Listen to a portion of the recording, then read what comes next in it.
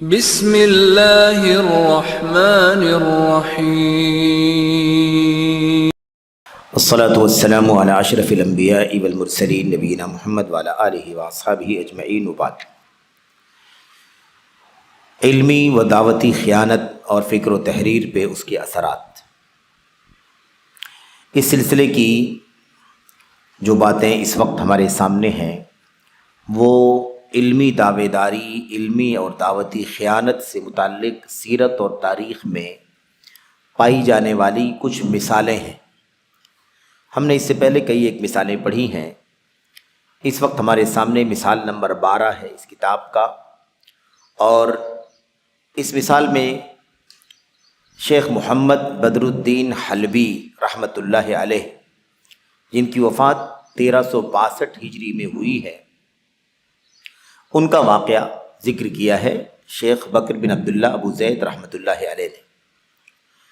کہتے ہیں کہ شیخ محمد بدر الدین حلبی رحمہ اللہ کا کسی ازہری کے ساتھ ایک واقعہ پیش آیا۔ ازہری جانتے ہیں؟ ازہری مصر جامع ازہر کے کسی فاضل یا وہاں کے کسی پڑھے ہوئے اسکالر سے ان کی بات ہوئی، واقعہ پیش آیا کہ انہوں نے اس سے نابغہ زبیانی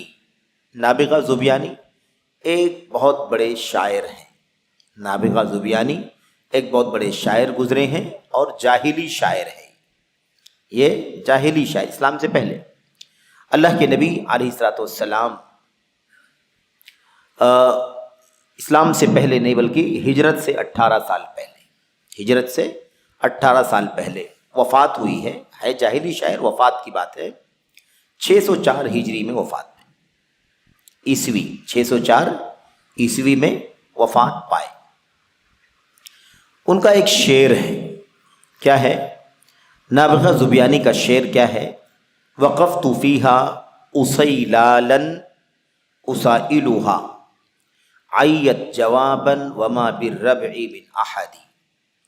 یہ شعر ہے نابغہ زبیانی، ایک عربی شاعر کا شعر ہے، اور اس کا معنی کیا ہے؟ نابغہ زبیانی کہتا ہے، میں ویران بستی کا نام کیا ہے؟ دارا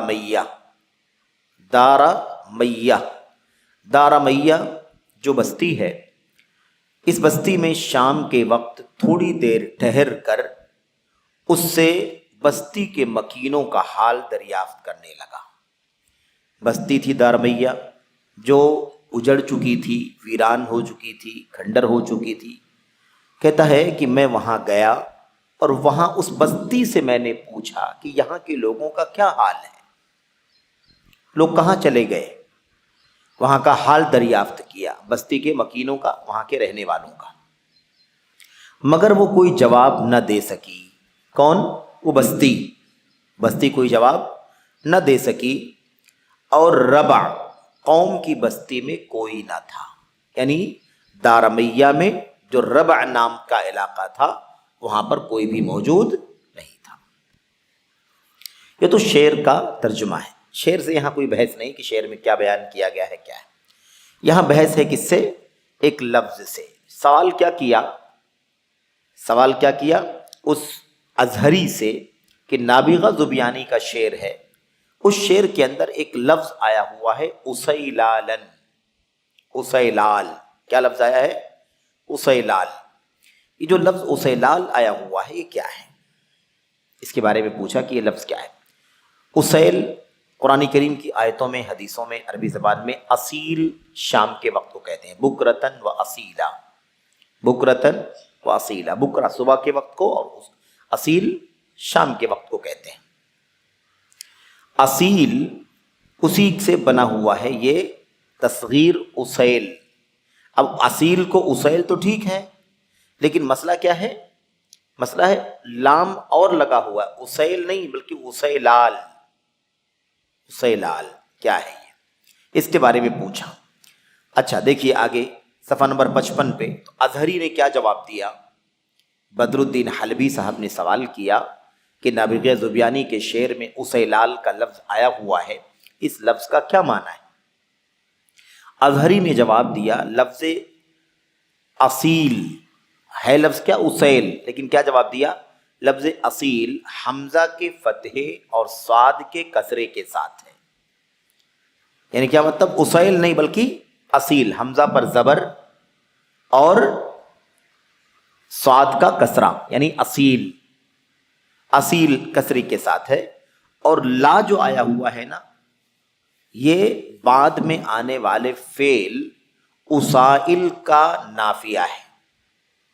اب تھوڑا سا یہ عربی زبان کا مسئلہ ہے، گرامر کا، یہ پیچیدہ لگ رہا ہوگا، ہے نا؟ اس کے لیے بورڈ چاہیے اور بورڈ پر سمجھانے میں آسانی رہتی. آپ اس کو ایسے سمجھیں کہ اب یہ اگر آپ کے سامنے کتاب ہو تو آپ کو سمجھنے میں آسانی ہوگی کہ اصیل الگ لفظ ہے اور لا کا جو لفظ ہے یہ آگے آنے والے اسائل ورب سے جڑا ہوا ہے. لا کے معنی نہیں کے ہوتے ہیں. جب وہ کسی ورب سے فعل سے جڑ جائے گا تو اس کا معنی ہو جائے گا نہیں کیا. ٹھیک ہے؟ تو اب لفظ کیا ہے؟ اسیلالا. پوچھا اس کا معنی کیا ہے؟ اظہری نے کیا جواب دیا؟ اسیلالا میں اسیل نہیں بلکہ اصیل ہے. پھر لا کیا ہے؟ تو کہا لا کا لفظ، لا کا تعلق اسیل سے نہیں ہے بلکہ لا کا تعلق آگے والے ورب سے. بات سمجھ میں آ گئی؟ یہ عربی اگر آپ کے سامنے کتاب ہو تو آسان رہے گا. ٹھیک ہے؟ تو جواب یہی دیا کہ لا جو ہے یہ بعد میں آنے والے فعل اسائل کا نافیہ ہے، یعنی نہیں کا معنی دینے کے لیے آیا ہوا ہے. تو ہم نے ان سے کہا، اس ازہری سے، مصر سے، جامع ازہر سے پڑھے ہوئے شخص سے، ہم نے ان سے کہا نہیں بلکہ اسیلالا پورا ایک ہی لفظ ہے. اسیلالا پورا ایک ہی لفظ ہے اور اس کے بعد آنے والا فعل یہ منفی نہیں ہے بلکہ مثبت ہے. اس نے کیا بتایا تھا؟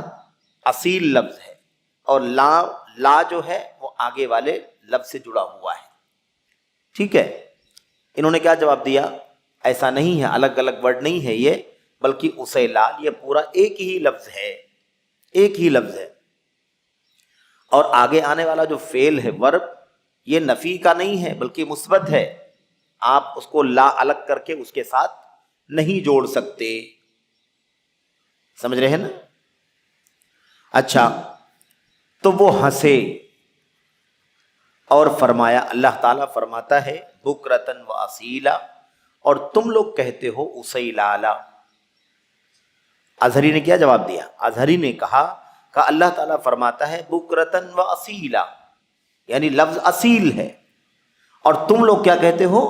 اسیلالا. تم لوگ غلط کہتے ہو، وہ لفظ اسیلال نہیں ہے بلکہ اصیل ہے. یہ اظہری صاحب کا جواب تھا. اب اس کی حقیقت کیا ہے میں آپ کو بتاؤں. نیچے حاشیے میں ہے، صفحہ نمبر 55 پہ نیچے حاشیے میں اس کی وضاحت ہے. اصیل کا جو لفظ ہے اس کے معنی ہوتے ہیں شام کے، اور اسیل جو ہوتا ہے وہ اسی کو چھوٹا بتانے کے لیے ہوتا ہے. جیسے دیکھو جنید نام ہوتا ہے نا، جنید. ٹھیک ہے؟ جنید کے معنی ہوتے ہیں چھوٹا لشکر. اصل لفظ کیا ہے؟ جند. اصل لفظ کیا ہے؟ جند. جند کے معنی لشکر کے ہوتے ہیں. اور اگر بتانا ہو چھوٹا لشکر تو اس کو کیا کریں گے؟ فعیل کے وزن پر کر دیں گے. جنید تو چھوٹا لشکر. ٹھیک ہے؟ عبد کے معنی ہوتے ہیں بندہ، اور چھوٹا بندہ اگر بولنا ہو تو کیا کہیں گے؟ عبید. عبد کے معنی بندہ اور چھوٹا بندہ کہنا ہو تو عبید. تو یہ عربی زبان کا وزن ہے. جب آپ فعیل کے وزن پر کسی لفظ کو لائیں گے تو وہ چھوٹے کا معنی دے گا. اصیل کا معنی ہے شام، اور جب شام کا چھوٹا سا تھوڑا سا ٹائم اگر بتانا ہو، شام کا چھوٹا سا وقت، یعنی شام کے وقت میں تھوڑی سی مدت، تھوڑی دیر شام میں، تو اصیل کے بجائے کیا کہیں گے؟ اسیل کہیں گے. تو ہے تو اسیل، لیکن عربی زبان کے اندر صرف اسیل ہی نہیں ہے بلکہ عربی زبان کی معلومات اگر ہو تو یہ بات سمجھ میں آ جائے گی کہ جیسے عرب کے لوگوں نے اسیل کا ورڈ یوز کیا ہے شام کے وقت تھوڑی سی مدت کے لیے اسیل کا استعمال کیا ہے، ایسے ہی عرب کے علماء نے اسیل کو الف نون کے ساتھ بھی استعمال کیا ہے. الف نون، اسیلان، یعنی شام کے وقت کو بتانے کے لیے، تھوڑے سے وقت کو بتانے کے لیے، جیسے اسیل یوز کرتے ہیں ایسے اسیلان بھی یوز کرتے ہیں. الف نون بڑھا دیں گے تو اسیلان ہو جائے گا. ٹھیک ہے. ایسے ہی عرب کے لوگ وہ جو نون ہے نا لاسٹ میں اسیلان، اس نون کو لام سے بدل کر کے اسیلال بھی یوز کرتے ہیں. یہ سب عربی زبان میں ہے، عربی گرامر میں ہے اور صحیح ہے. لیکن جس کو عربی زبان کی اتنی وسیع معلومات ہوگی وہی جانے گا نا کہ اصیل کا لفظ کیا ہے. اس کی تصغیر یعنی چھوٹا بتانے کے لیے اسیل استعمال ہوتا ہے. اسیل کے ساتھ ساتھ اسیلان بھی استعمال ہوتا ہے الف نون کے ساتھ. بعض علماء عربی زبان کے علماء اس کو الف لام کے ساتھ بھی استعمال کرتے ہیں، یعنی اسیلان کے بجائے اسیلال بھی استعمال کرتے ہیں. وہی جو اسیلال استعمال ہوتا ہے اسی کو نابغہ زبیانی نے اپنے شعر میں استعمال کیا ہے. یہاں تعالم کیا ہے، علم دعویداری کیا ہے؟ علم دعویداری یہ ہے کہ ازہری نے کیا کہا؟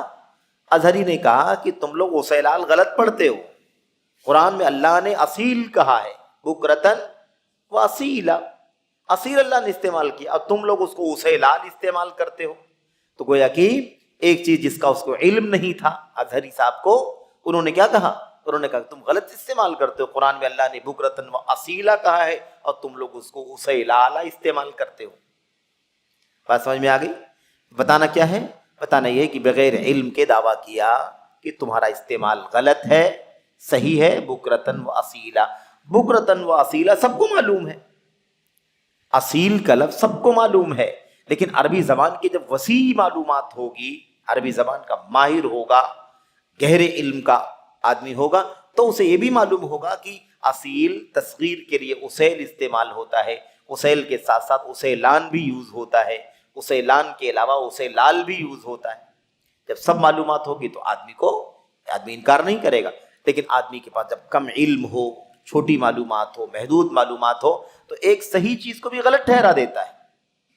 صحیح چیز کو بھی غلط، صحیح مسئلے کو غلط، صحیح فتوے کو غلط اپنی طرف سے بتلا دیتا ہے. تو ہونا یہ چاہیے کہ آدمی کو جس چیز کا علم نہ ہو توقف کرے اور کہے کہ مجھے اس کا علم نہیں ہے، الا یہ کہ اس کو صحیح طور پر، یقینی طور پر معلوم ہو کہ یہ مسئلہ صحیح اس طرح سے ہے اور لوگ جو معنی سمجھ رہے ہیں، جو مسئلہ سمجھ رہے ہیں وہ غلط ہے، تو پوری یقین کے ساتھ بتلا دے کہ یہ غلط ہے اور کیوں غلط ہے.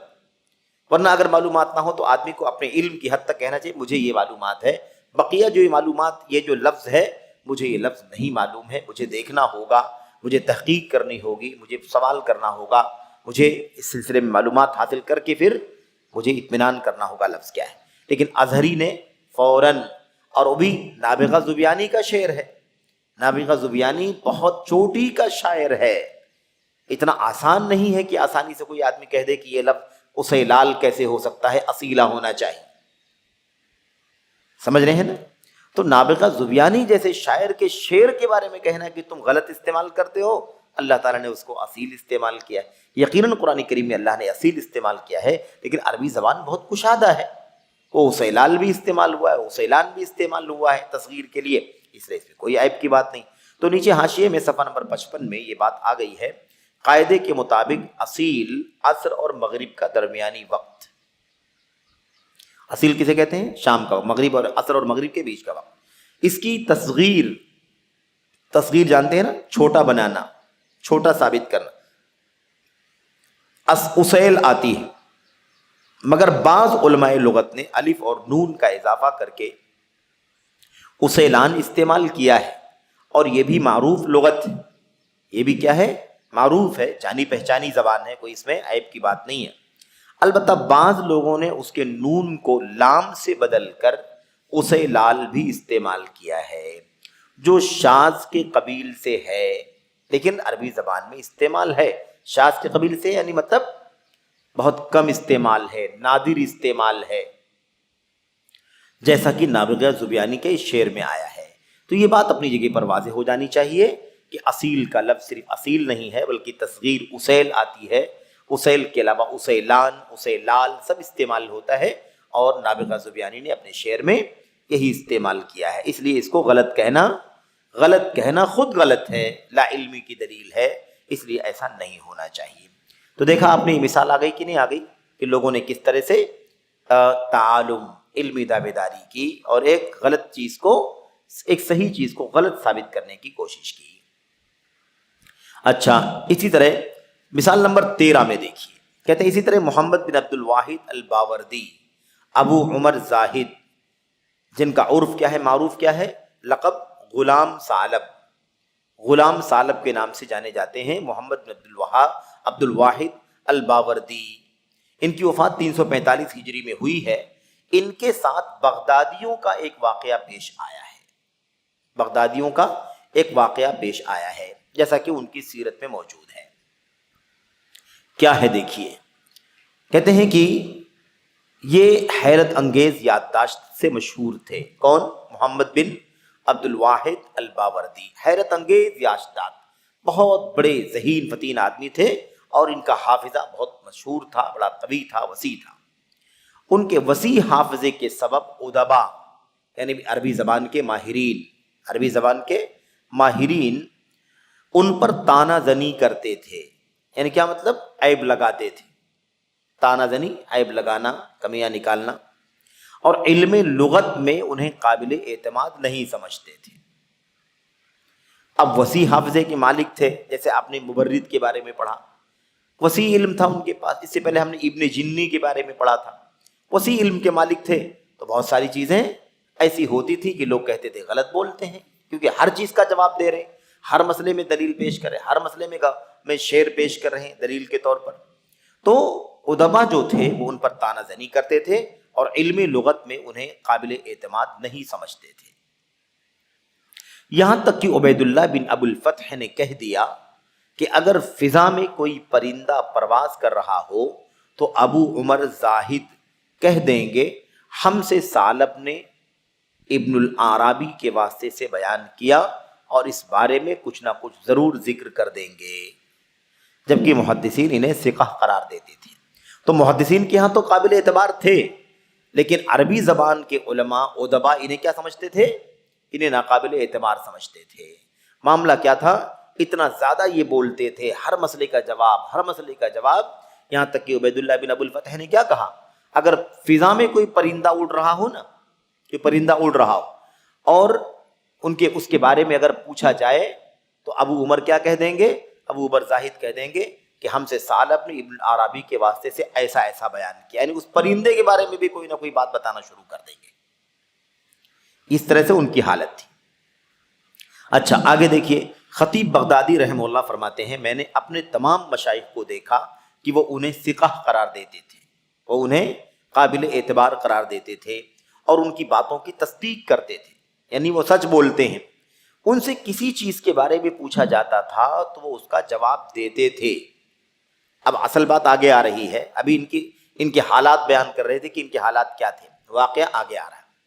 کہتے ہیں کہ ان سے کسی چیز کے بارے میں پوچھا جاتا تھا تو اس کا جواب دیتے تھے، کوئی بھی بات ہو جواب دیتے ہی تھے، ہر چیز کا جواب، ہر چیز کا جواب۔ اور 1 سال کے بعد پھر وہی سوال کیا جاتا تھا تو بے عین ہی وہی جواب دیتے تھے۔ یہ حالت تھی۔ مطلب کیا ہے؟ اگر جواب صحیح آدمی دیتا ہے، علم کی روشنی میں دیتا ہے، تب تو پھر 1 سال کے بعد بھی وہی جواب دے گا وہ۔ لیکن اگر آدمی بنا علم جواب دیتا ہے، کچھ اپنی طرف سے بول دیتا ہے، تو 1 سال کے بعد بھول بھی تو سکتا ہے کہ میں نے پتہ نہیں کیا جواب دیا تھا اس ٹائم پر۔ لیکن حافظہ ایسا تھا، یادداشت، کہ جو سوال کیا گیا بہت پہلے کیا گیا، جو جواب اس وقت دیا تھا وہ ان کو برابر یاد رہتا تھا کہ اس سے پہلے یہ سوال آیا ہے، اس کا جواب میں نے یہ دیا ہے۔ تو 1 سال یا اس سے بھی زیادہ کا عرصہ گزرتا تھا تو بھی جواب وہی دیا کرتے تھے وہ۔ یہ دیکھیے آگے واقعہ بیان کیا گیا۔ بیان کیا جاتا ہے کہ بغداد میں ایک جماعت نے نہر سرات کا پل پار کیا، عبور کیا، یعنی پار کیا۔ بغداد میں ایک جماعت نے نہر سرات کا پل عبور کیا اور آپس میں مشورہ کیا کہ ان پر کون سا جھوٹ گڑا جائے، کون سا جھوٹ گڑا جائے۔ ہر چیز کا جواب دیتے ہیں، اس سے پہلے بات آئی نا القی بعض والی، استبقی بعضنا، تو القی بعضنا والی بات اس سے پہلے آئی۔ یہاں بھی دیکھیے یہ اور زیادہ یہ اہم واقعہ ہے۔ اس میں کہتے ہیں کہ ان پر کون سا جھوٹ گڑھا جائے، آپس میں مشورہ کیا کہ بھئی ایسا کوئی لفظ نکالو، ایسی کوئی چیز بناؤ جس کے بارے میں ہم ان سے پوچھیں اور وہ ورڈ ہو ہی نہ۔ دیکھتے ہیں کیا جواب دیتے ہیں، کیونکہ ہر چیز کا جواب دیتا ہے یہ آدمی۔ پرندہ اڑ رہا ہو تو اس کے بارے میں بھی کچھ نہ کچھ اپنی صنعت سے بیان کر دے گا اس کے بارے میں. چلو پوچھتے ہیں. چنانچہ ان میں سے ایک شخص نے کہا میں لفظ القنطرہ میں تصحیف کروں گا. القنطرہ پل کے معنی میں آتا ہے. القنطرہ کے معنی کیا ہے؟ پل. بلکہ چھوٹا پل جو ہوتا ہے نا، چھوٹی سی پلیا جو ہوتی ہے اس کو کیا کہتے ہیں؟ القنطرہ. تو القنطرہ کا لفظ کیا جواب دیا اس نے کہا کہ میں لفظ القنطرہ میں تصحیف کروں گا. تصحیف کسے کہتے ہیں؟ حروف کی ترتیب آگے پیچھے کروں گا. القنطرہ میں کیا ہے؟ الف لام قاف نون تا را ہا. تو الف لام تو ال ہے، یہ معروف بنانے کے لیے. قنطرہ کا لفظ ہے. قنطرہ کے لفظ میں تحریف کروں گا. کیسے تحریف کروں گا؟ الٹا کیا بن جائے گا؟ ہا را تا اور نون اور قاف. آگے بات سمجھ میں؟ ادھر سے آپ دیکھیں گے تو حروف کیا بنیں گے؟ اس طرح سے حروف بنیں گے. قنطرہ ادھر سے قاف نون تا را ہا بنے گا، ادھر سے ہا را تا نون قاف، اس طرح سے بنے گا. تو ایک آدمی نے کہا کہ میں ایسا سوال کرنا چاہ رہا ہوں کہ القنطرہ کے لفظ کو تصحیف کروں، یعنی اس کو الٹ دوں اور ان سے اس کا معنی پوچھوں گا تاکہ دیکھیں کہ وہ کیا جواب دیتے ہیں. بہر کہ ان کے پاس پہنچے تو اس شخص نے ان سے کہا اے شیخ، اہل عرب کے یہاں الہرطنک، القنطرہ کا الٹا الہرطنک، القنطرہ کا عکس کا معنی کیا ہے؟ اس کا معنی کیا ہے؟ انہوں نے فرمایا اس کا یہ معنی ہے. یعنی لفظ سنا اور فوراً اس کا معنی کچھ نہ کچھ بتلا دیا. کیا معنی بتلایا؟ روایت میں نہیں ہے، روایت میں معنی کیا بتایا وہ نہیں ہے، لیکن معنی بتلایا یہ ہے. یعنی فوراً لفظ سنا الہرطنک، معنی کیا ہوتا ہے؟ کہا اس کا فلاں فلاں معنی ہے، اور کچھ بات ذکر کی، یعنی کچھ بات اس کے بارے میں بتائی کہ ہرطنک کا معنی یہ ہوتا ہے، ایسے ایسے ہوتا ہے. یہ سن کر سارے لوگ ہنسے اور وہاں سے واپس آ گئے. دیکھو عجیب و غریب بات بھی ہے، ہم نے القنطرہ کے لفظ کو الٹ کر کے پوچھا تو اس کا بھی معنی بتلا دیا، اور اتنے اس کے بارے میں بہت ساری باتیں بتلا دی. ایسا ہوتا ہے ویسا ہوتا ہے، یہ ہے. کیسے ایک آدمی کسی چیز کے بارے میں ڈیٹیل میں جانتا ہو تو اس کی ساری تفصیل بیان کر دیتا ہے کہ وہ ایسا ہوتا ہے ویسا ہوتا ہے، اس کی کیفیت یہ ہوتی ہے فلاں ہوتا ہے، سب بیان کر دیا. وہاں یہ سن کر سارے لوگ ہنسے اور وہاں سے واپس آ گئے. ٹھیک ہے، واپس آ گئے. 1 ماہ گزرنے کے بعد پھر ان کے پاس ایک دوسرے شخص کو بھیجا. 1 مہینہ گزر گیا تو کبھی ایک کام کرو، ایک دوسرا آدمی جائے پھر سے وہی سوال کرے، ان سے دوبارہ وہی سوال کرے، دیکھیے کیا جواب دیتے ہیں وہ. ایک دوسرے شخص کو بھیجا، اس نے بھی ان سے الہرطنک کا معنی پوچھا، وہی القنطرہ کا الٹا معنی پوچھا. تو انہوں نے فرمایا کیا اتنے دن پہلے مجھ سے یہ سوال نہیں پوچھا گیا تھا؟ سوال کرنے والا جب آیا تو فوراً کو برابر یاد تھا، اتنے دن پہلے کوئی میرے پاس آیا تھا اور یہی سوال مجھ سے کیا تھا. تو فوراً کہا کیا اتنے دن پہلے مجھ سے یہ سوال نہیں پوچھا گیا تھا؟ یعنی اس سے پہلے اتنے دن پہلے مجھ سے یہی سوال پوچھا جا چکا ہے. پھر فرمایا اس کا معنی ایسا ہے، یعنی معنی بتلایا، پھر اس لفظ کا معنی بتلایا جیسے پہلے جواب دیا تھا. جو جواب پہلے دیا تھا اس کا معنی جو پہلے بتلایا تھا، 1 مہینے کے بعد ان کو یہ بھی یاد ہے کہ ایک مہینے پہلے سوال ہوا تھا، یہی لفظ پوچھا گیا تھا، اس کا معنی جو بتلایا تھا وہی معنی پھر بتلایا. تو لوگوں نے کہا سمجھ میں نہیں آتا. کن لوگوں نے؟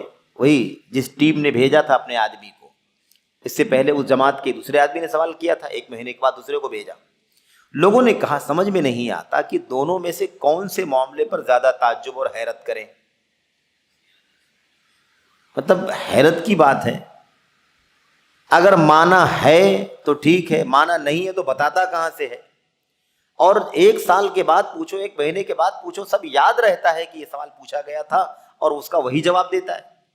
تو کہتے ہیں کہ ان لوگوں نے جب دیکھا کہ 1 مہینے کے بعد ہم نے آدمی کو بھیجا سوال کرنے کے لیے اور پھر وہی جواب لے کر کے وہ آدمی آیا، تو یہ لوگ کہنے لگے سمجھ میں نہیں آتا کہ دونوں میں سے کون سے معاملے پر زیادہ حیرت اور تعجب کریں. اگر واقعی علم ہو، یعنی واقعی ایسے ہی معلومات، الہرطنک کا وہی معنی ہوتا ہو جو معنی انہوں نے بتلایا ہے، اگر واقعی علم ہو تو ان کے حافظے پر تعجب کریں، یا اگر جھوٹ بولا ہو تو ان کے جھوٹ پر تعجب کریں. کہ 1 مہینے پہلے بھی 1 سال پہلے بھی جھوٹ بولا تھا اور 1 سال کے بعد 1 مہینے کے بعد پوچھا گیا تو پھر وہی بات بولا، وہ بھی جھوٹ. یعنی اتنی حیرت کی بات ہے کہ اگر علم ہے تو کتنا وسیع علم ہے کہ القنطرہ کا معنی معلوم ہے تو الحرطنک کا معنی بھی معلوم ہے. اتنا وسیع علم ہوگا کہ ہر طرح کا. اور اگر جھوٹ بولا ہوا ہے تو اس پر تعجب ہے کہ 1 سال پہلے پوچھا تو بھی وہی جواب دیا، 1 سال کے بعد پوچھا پھر وہی جواب دیا. 1 مہینے پہلے سوال کیا تھا، ان کو برابر یاد تھا، کہا 1 مہینے پہلے سوال مجھ سے پہلے کیا گیا تھا اور وہی جواب دے دیا.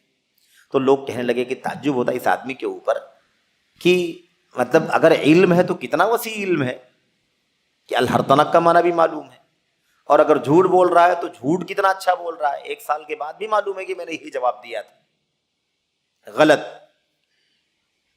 تو یہ ہے، کہتے ہیں کیونکہ اگر یہ علم ہے تو یہ حیرت انگیز علمی وسعت و گہرائی ہے. واقعی اگر علم ہے تو واقعی کتنا گہرا علم ہوگا کہ الحرطنک کا معنی بھی معلوم ہے. اور اگر یہ جھوٹ ہے تو آخر ان کے حافظے میں یہ مسئلہ اور اس کا وقت کیسے ازبر رہ گیا، کیسے سیو رہے گا ان کے ذہن میں، جبکہ اس پر ایک عرصہ گزر چکا تھا. اس کے باوجود انہوں نے وہی جواب بعین ہی وہی جواب دیا جو پہلے دیا تھا. تو یہ ہے الحرطنک کی سلسلے میں یہ بات ہمارے سامنے آئی کہ الحرطنک کا معنی کس طرح سے انہوں نے بتلایا. اچھا، اس کے بعد ہم ختم کر لیتے ہیں اس کو. 14ویں مثال. یہ بات سمجھ میں آ گئی نا کیسے تعلم ہوتا ہے. اب دونوں میں سے کوئی بھی ایک، الحرطنک کا معنی اگر واقعی ہو تو علم کی وسعت کی بات ہے، اور الحرطنک کا معنی اگر نہ ہو تو جھوٹ کس قدر لوگ تعلم دعوے داری علمی اس کا بھی معنی بتلا دیا. جیسے ہم لوگوں نے اس سے پہلے پڑھا کہ مبرد نحوی نے معنی پوچھا گیا، معنی بتلا دیا اپنی طرف سے، اور اس کے بعد دلیل کے طور پر شعر بھی بنا کر کے پڑھ دیا. دوسرا معنی بتلایا اور اس کا بھی شعر، اس پر بھی دلیل بطور دلیل شعر بنا کر کے پڑھ دیا. ٹھیک ہے. 14ویں مثال کیا ہے؟ بیان کیا جاتا ہے کہ معز الدولہ احمد ابن بوئے، احمد ابن بویا نہیں ہے، یہ احمد بن بوئے، یہ رافضی شیعہ قسم کے لوگ ہوا کرتے تھے. 356 ہجری کی بات ہے. انہوں نے بغداد کی پولیس کو اپنے غلاموں میں سے ایک غلام سے نوازا جس کا نام خواجہ تھا. یہ اردو فارسی کا خواجہ نہیں ہے، خواجہ، خوج عربی زبان کا لفظ ہے، اس سے بنا ہوا ہے.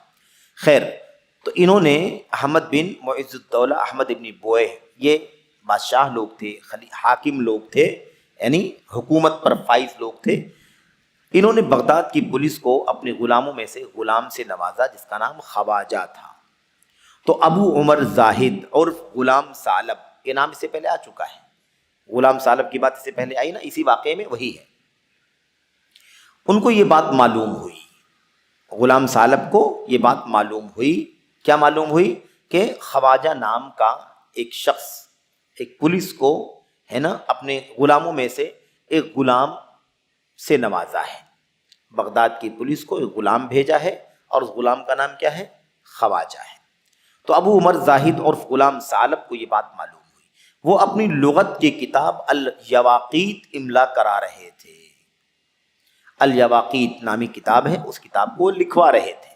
املا کرانا یعنی بولنا اور لکھنے والا کاتب لکھے، لکھنے والا لکھے، جیسے آدمی کوئی بولے اور آج ٹائپسٹ ٹائپ کرنے والا آدمی ٹائپ کرے.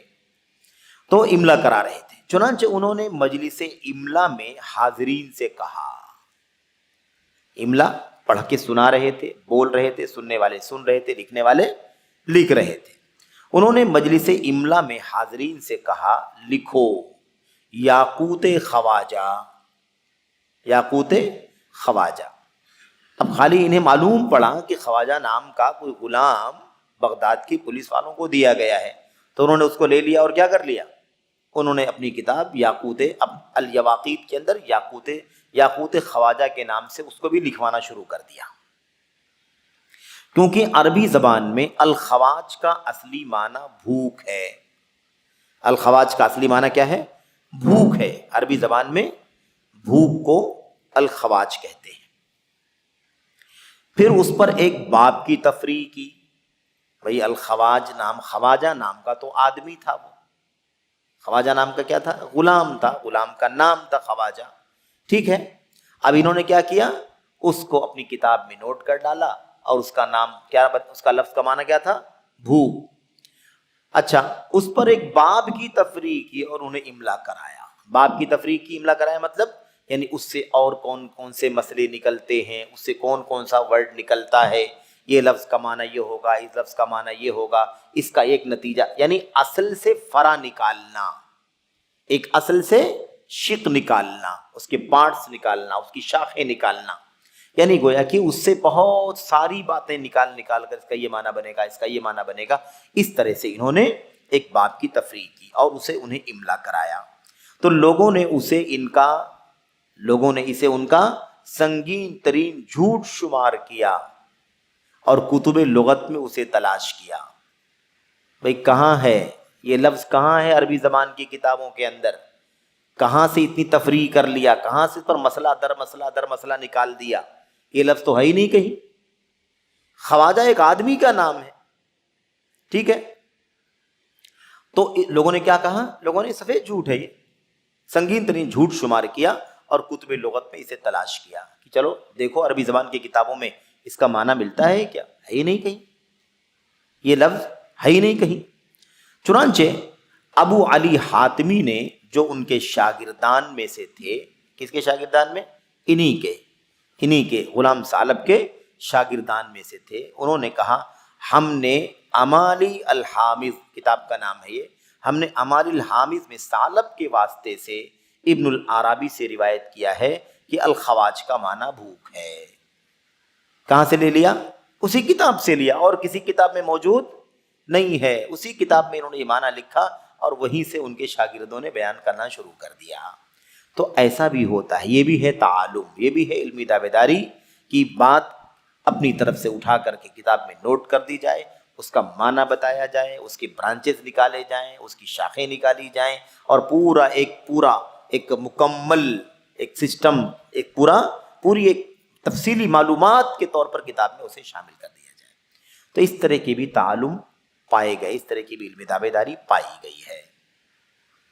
اس کے بعد دیکھیے ایک 15ویں اور آخری مثال، یہ کیا ہے، شیخ لکھتے ہیں بکر بن عبداللہ ابو زید، کہتے ہیں کبھی کبھار کسی جھوٹے کا امتحان لینے کے لیے جھوٹ گڑھنے کا کام دونوں جانب سے ہوتا ہے، یعنی جھوٹ بولنے والا بھی اور جھوٹ کا امتحان لینے والا بھی.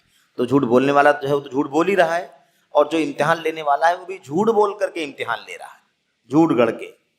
سارے واقعات میں چیز پائی گئی. بھئی ہر تنک جس نے بنایا اس نے بھی جھوٹ کیا ہے کہ نہیں، الٹا بنا دیا. ایسے جس نے وہ ہے نا القی بعضنا جو بات تھی، اس کا بھی معاملہ ایسے ہی تھا. اس کے بعد یہاں دیکھیے اس واقعے میں کیا ہے. سعید بن حسن بغدادی 417 ہجری میں وفات پائے، جیسا کہ حافظ ابن کثیر رحمہ اللہ نے ذکر کیا ہے. یعنی حافظ ابن کثیر نے اپنی تاریخ میں اس بات کو ذکر کیا ہے البدایہ والنہایہ میں کہ سعید بن حسن بغدادی نے 417 ہجری میں وفات پائی. یہ شخص اپنی فصاحت اور زبان دانی کے باوجود جھوٹ سے متہم تھے. اپنی فصاحت یعنی عربی زبان میں بڑی فصاحت تھی، زبان دانی یعنی عربی زبان بہت اچھی طرح سے جانتے تھے، اس کے باوجود جھوٹ سے متہم تھے. یعنی لوگ ان کے بارے میں یہ کہتے تھے کہ آدمی جھوٹ بولتا ہے، جھوٹ کی تہمت لگی تھی، جھوٹ کا الزام ان کے اوپر لگا ہوا تھا.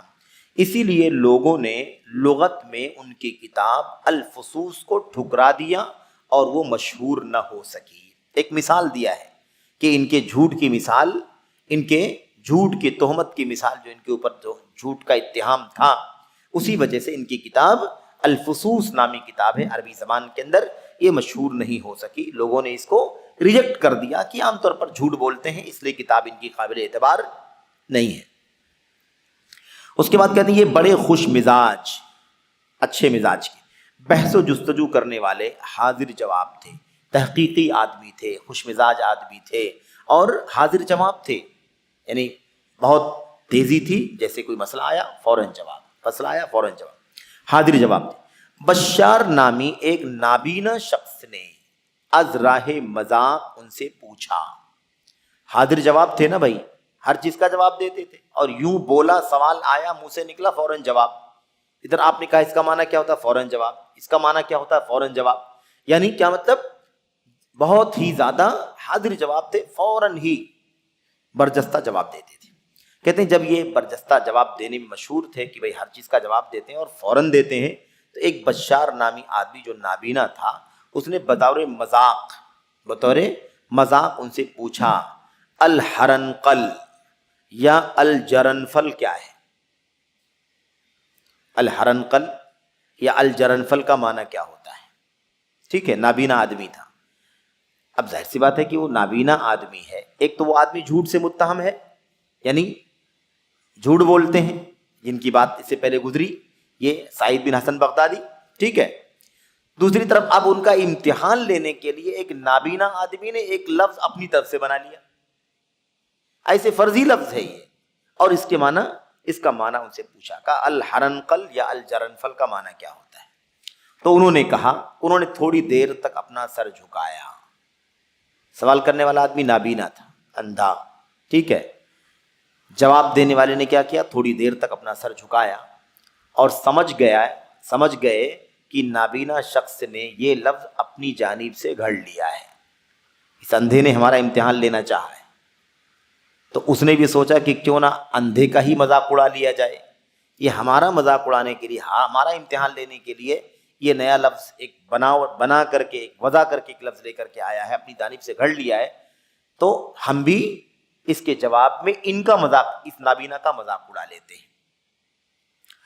پھر اس کے بعد سر اٹھایا، تو تھوڑی دیر تک اپنا سر جھکائے رہے اور سمجھ گئے کہ نابینا نے یہ لفظ اپنی جانب سے گھڑ لیا ہے، اور اس کے بعد اپنا سر اٹھایا اور کہا الحرنقل اسے کہتے ہیں جو صرف اندھوں کی عورتوں کے پاس آتا ہے، اس کا مذاق اڑانے کے لیے، یعنی یہ اندھا ہے، اندھوں کی عورتوں کے پاس جو آدمی آتا ہے وہ ہرنقل کہلاتا ہے، یعنی تو ہی ہرنقل ہے۔ تو کون ہے؟ تو ہی ہرنقل ہے، کیونکہ اندھا ہے وہ، اور اندھوں کی عورتوں کے پاس جو آتا ہے اس کو کیا کہتے ہیں؟ اسی کو ہرنقل کہتے ہیں۔ اس طرح سے مذاق اڑایا کہ تو ہرنقل کا معنی پوچھتا ہے، ہرنقل تجھی کو کہتے ہیں، کیونکہ اندھے کی بیوی، تو اندھا ہے اور تیری بیوی ہے، اور اندھے کی بیوی کے پاس جو آتا ہے اسی کو ہرنقل کہتے ہیں۔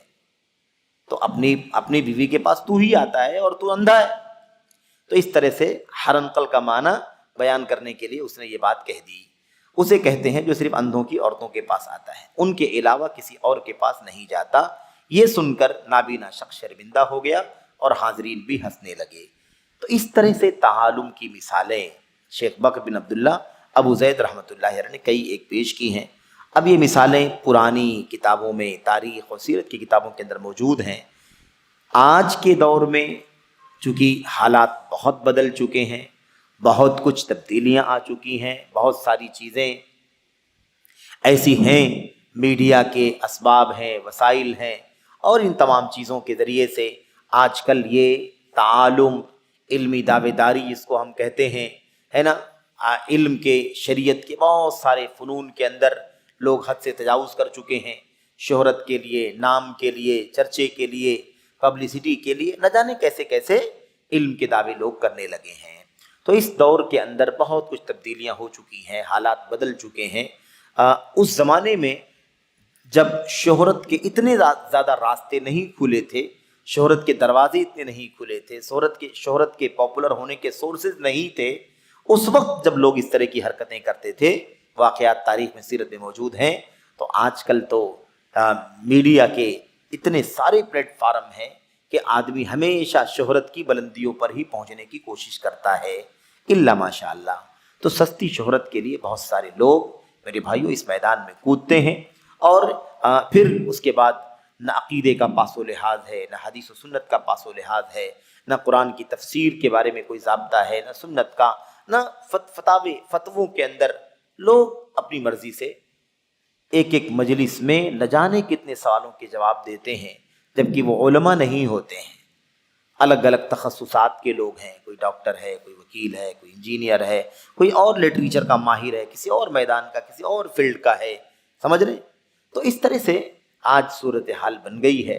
جن کا میدان علم کا میدان نہیں ہے نا، انہیں تھوڑی بہت معلومات ہو سکتی ہے، اس سے کہاں انکار ہے، لیکن اچھے اچھے چیدہ علماء بھی علم اور شریعت کے عقیدے، ایمان، حلال و حرام کے مسائل میں جواب دینے سے کتراتے تھے، گھبراتے تھے، توقف کرتے تھے، اس کی مثالیں بھی انشاءاللہ تبارک و تعالیٰ سب آئیں گی تفصیل سے، ماضی کی حوالے اور جدید دور کے حوالے بھی انشاءاللہ تبارک و تعالیٰ حاشیے میں آئیں گے کہ کس طرح سے ہمارے اسلاف جو ہے اور آج تک ان کے نقش قدم پر چلنے والے جو علماء ہیں وہ کس طرح سے سوالات کا جواب دینے سے گھبراتے ہیں، مسائل میں گفتگو کرنے سے گھبراتے ہیں، توقف کرتے ہیں۔ ایک مسئلے کا جواب دینے میں ہفتہ ہفتہ گزر جاتا ہے، جب تک شرح صدر نہ ہو، اطمینان نہ ہو، تب تک ہمارے علماء جواب دینے سے کتراتے ہیں۔ لیکن افسوس یہ ہے کہ علماء تو ڈرتے ہیں، گھبراتے ہیں، کتراتے ہیں، لیکن جو علماء نہیں ہیں ایسے لوگ بڑی جرات کے ساتھ مجلسیں سوال و جواب کی خود سے منعقد کرتے ہیں، خود سے مجلس سوال و جواب ہے نا، اور اعلان، جو پوچھنا چاہو پوچھو، جو پوچھنا چاہو پوچھو، ہم آپ کا جواب دینے کے لیے تیار ہیں، ہمت کرو پوچھو، ہمت کرو سوال کرو۔ اس طرح سے مطلب آپ کو، ہم کو، عوام کو ورغلایا جاتا ہے کہ بھئی ہمارے پاس ہر چیز کا جواب ہے، ہر سوال کا جواب ہے، جو پوچھنا چاہو پوچھ سکتے ہو۔ آپ سوچئے کس طرح سے ہمیں یہ راستہ پرخطر معلوم ہوتا ہے کہ اللہ تبارک و تعالیٰ کے ہاں جواب دہی ہے، اور مسائل میں، دین و شریعت کے عقیدے میں، حلال و حرام میں اگر غلطی انسان کرتا ہے، مفتی فتویٰ دینے والا، تو اللہ کے نبی علیہ الصلوۃ والسلام نے فرمایا فتویٰ پوچھنے والا چلا جائے گا، اس فتوے پر عمل کرے گا، جتنے لوگ بھی عمل کریں گے اس فتوے پر، اس فتوے کا گناہ فتویٰ دینے والے پر ہوگا۔ یہ خطرناک مسئلہ ہے۔ تو من افتیا، من استفتا و افتیا بغیر علم فانما اسمہ علی من افتاء، جس شخص نے فتویٰ پوچھا یعنی مسئلہ پوچھا اور اسے بلا علم فتویٰ دیا گیا، بلا علم فتویٰ دیا گیا، حلال ہے، حرام ہے، جائز ہے، ناجائز ہے، کر سکتے ہو، نہیں کر سکتے ہو، جواب دے دیا گیا۔ اللہ کے نبی نے فرمایا فانما اسمہ علی من افتاء، تو اس کا گناہ مفتی پر ہوگا، اس کا گناہ فتویٰ دینے والے پر ہوگا۔ تو آج صورتحال یہ ہے کہ علماء ہی نہیں ہوتے، چھوٹے ہونا، کم علم ہونا تو بات کی بات ہے، علم سے گہری وابستگی ہی نہیں ہوتی ہے، شاگردی اساتذہ کی ہوتی ہی نہیں ہے، اہل علم کے سامنے گھٹنے ٹیک کر پڑھنے کی نوبت ہی نہیں آتی ہے۔ میڈیا ہے، یہاں سے وہاں سے تھوڑی بہت معلومات لے کر کے لوگ اتنی جرات کرتے ہیں، اتنی جسارت کرتے ہیں کہ دین اور شریعت کے عقیدے کے تقریباً تمام مسائل میں جواب دینے میں کسی بھی طرح کا انہیں میرے بھائیوں خوف نہیں ہوتا، پوری جرات کے ساتھ جواب دیتے ہیں۔ ہمیں چاہیے کہ ہم اس راستے کو، اس کی سنگینی کو، اس کی خطرناکی کو سمجھیں اور اپنے آپ کو اللہ تبارک و تعالیٰ کے یہاں جواب دہی کے لیے تیار رکھیں، باز پرس کے لیے تیار رکھیں۔ ہمیں جب علم نہیں ہے تو ہم مکلف نہیں ہیں کہ جواب دیں، کوئی مکلف نہیں ہے۔ آدمی کس بات کا مکلف ہے، یعنی کس بات کی ذمہ داری ہے، آدمی پر کیا ذمہ داری عائد ہوتی ہے؟ وہ صرف یہی، علم ہو تو جواب دے دے، علم نہ ہو تو کہہ دے کہ میں نہیں جانتا۔ یہ علماء کے لیے بات ہو رہی ہے، لیکن جو لوگ علم کے میدان کے ہوں ہی نہ، ان کی طرف سے اگر اس طرح کی صورتحال بنے کہ سینکڑوں سوالات کے جوابات وہ دے رہے ہیں، گھنٹوں سوالات کے جوابات دے رہے ہیں، تو یہ بہت زیادہ سنگین اور خطرناک مسئلہ ہے۔ اللہ تبارک و تعالی ہم کو، آپ کو علم کی راہ سے، علم کی راہ کا راہی بننے کی توفیق عطا فرمائے۔ اہل علم، مشائخ، اساتذہ، کبار علماء سے اللہ تبارک و تعالی جو خالص توحید و سنت اور صرف امت کے منہج کے علماء ہوں، ان سے علم حاصل کرنے کی توفیق عطا فرمائے، اور اللہ تبارک و تعالی ہمیں طالب علم بننے کی توفیق عطا فرمائے۔ لوگ طالب علم بننے سے پہلے، طالب علم سے پہلے معلم، مربی، مفتی، قاضی، محدث سب بننے کی کوشش کرتے ہیں، لیکن طالب علم نہیں بننا چاہتے، اس میں انہیں حتک محسوس ہوتی ہے، جبکہ طالب علم بننا یہ سب سے بڑی سعادت کی بات ہے، سب سے بڑی سعادت کی بات ہے کہ آدمی علم حاصل کرے۔ یہ اس گفتگو کا حاصل ہے، خلاصہ ہے۔ یہ 15 مثالیں سیرت اور تاریخ کی علامہ بکر بن عبداللہ ابو زید رحمۃ اللہ علیہ نے پیش کی ہیں، یہ اور اس طرح کی بہت ساری مثالیں کتابوں کے اندر موجود ہیں۔ ہم انشاءاللہ تبارک و تعالی موجودہ زندگی کی سرسری صورتحال، موجودہ زندگی کی سرسری صورتحال یعنی کرنٹ جو حالات ہیں ہماری جو یہ زندگی ہے، اس زندگی کی کیا صورتحال ہے، اس پر انشاءاللہ تبارک و تعالی اگلے درس میں آپ کے سامنے گفتگو ہوگی، اور پھر اس کے بعد انشاءاللہ تبارک و تعالی ہم اگلے موضوع میں بطور براہ راست تعالم کی مثالوں میں انشاءاللہ تبارک و تعالی داخل ہوں گے۔ اللہ سے دعا ہے کہ اللہ تبارک و تعالی ہمیں ان باتوں کو سمجھنے کی اور اس کے مطابق عمل کرنے کی توفیق عطا فرمائے۔ آمین رب العالمین، وصلی اللہ وسلم وبارک علی نبینا محمد وعلی آلہ وصحبہ اجمعین۔